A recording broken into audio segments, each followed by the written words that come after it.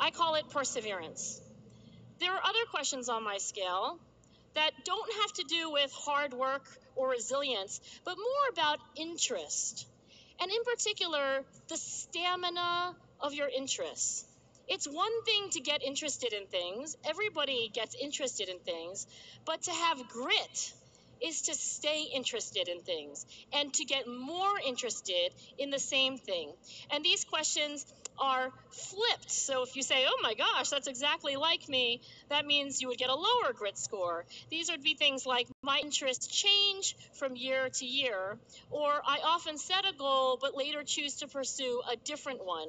New ideas sometimes distract me from previous ones. That's what I call passion. So I think of it as a quality of endurance.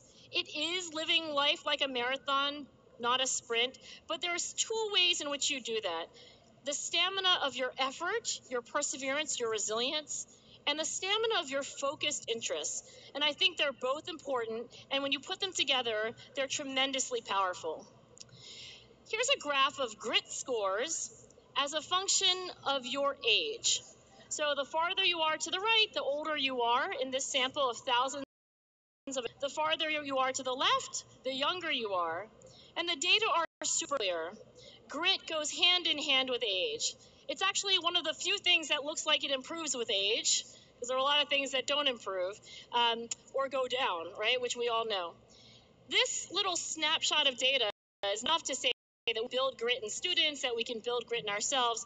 But I hope to convince you by the end of the talk and before our question and answer period that in fact we can accelerate the development along this trajectory. Now there's an American actor and musician that's probably familiar to you as well, named Will Smith.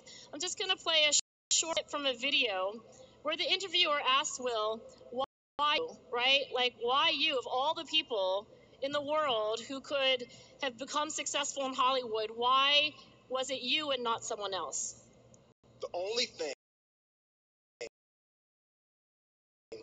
distinctly different about me is I'm not afraid to die on a treadmill, right?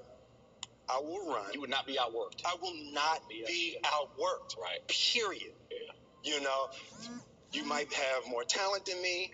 You might be smarter than me. You might be sexier than me. You might be all of those things. You got it on me in 9 categories. But if we get on the treadmill together, right, there's 2 things off first, or I'm going to die. It's really that simple. Well before Will Smith said, there's 2 things, you're getting off first, or I'm going to die. It's really that simple.